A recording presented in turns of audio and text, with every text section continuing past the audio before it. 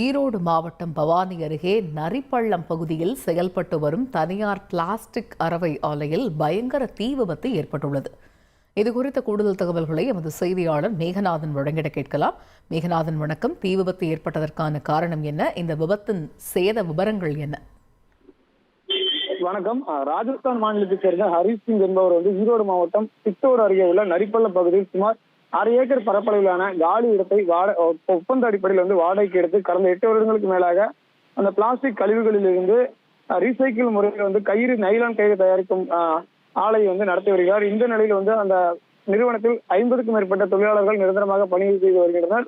சித்தடிப்பில் இவர்கள் பணி செய்வதாக கூறப்படுகிறது. இந்த நிலையில் இன்று வழக்கம் போல பணியாளர்கள் 15க்கும் மேற்பட்டவர் நிறுவனத்தில் காலை முதலே பணியில் ஈடுபட்டுக் கொண்டிருந்தார். இந்த நிலையில் சுமாராக ஒரு 4 மணி அளவில் குடோன் ஒன்றில் அதிக அளவிலான கரும்புகை திடீரென வெளியேறுவதை அந்த பணியாளர்கள் கண்டுள்ளனர். இதையடுத்து அவர்கள் அங்கிருந்து அளவு எடுத்துக்கொண்டு வெளியே வந்ததுடன் அருகில் உள்ள பொதுமக்கள் உதவியுடன் அக்கம் பக்கம் உள்ள அதாவது சித்தோடு, ஈரோடு, பெருந்துறை, பவானி ஆகிய தீயணைப்பு நிலையங்களுக்கு தகவல் கொடுத்ததன் பேரில் 3 தீயணைப்பு நிலையங்களில் வரவழைக்கப்பட்ட 5 தீயணைப்பு வாகனங்கள் மூலமாக சுமார் 50க்கும் மேற்பட்ட தீயணைப்பு மீட்பு படை வீரர்கள் கடந்த 2 மணி நேரத்திற்கு மேலாக போராடி அந்த தீயை அணைக்கும் பணியில் ஈடுபட்டு வருகின்றனர்.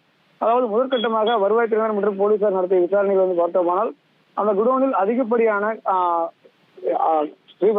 விபத்து ஏற்படுவதற்கான காரணமாக மிதமான சூடுடன் இல்லாமல் அதிக அளவிலான சூடான அந்த கயிறுகளை அடுக்கி வைத்திருந்ததாகவும் பிளாஸ்டிக் பொருட்கள் அதிக அளவில் அடுக்கி வைத்திருந்த காரணமாக ஏற்பட்ட அந்த வெப்ப இதன் காரணமாக மின்கசிவு ஏற்பட்டு அதன் மூலமாக தீ விபத்து ஏற்பட்டிருப்பதாகவும் இதில் சுமாராக அந்த பிளாஸ்டிக் கழிவுகள் மற்றும் விற்பனைக்கு தயார் நிலையில் இருந்த அந்த கயிறுகள் என 10 லட்சம் ரூபாய் மதிப்பு பொருட்கள் தீயில் இருந்து சேதமடைந்திருப்பதாகவும் வருவாய்த்துறையினர் தகவல் தெரிவித்துள்ளனர்.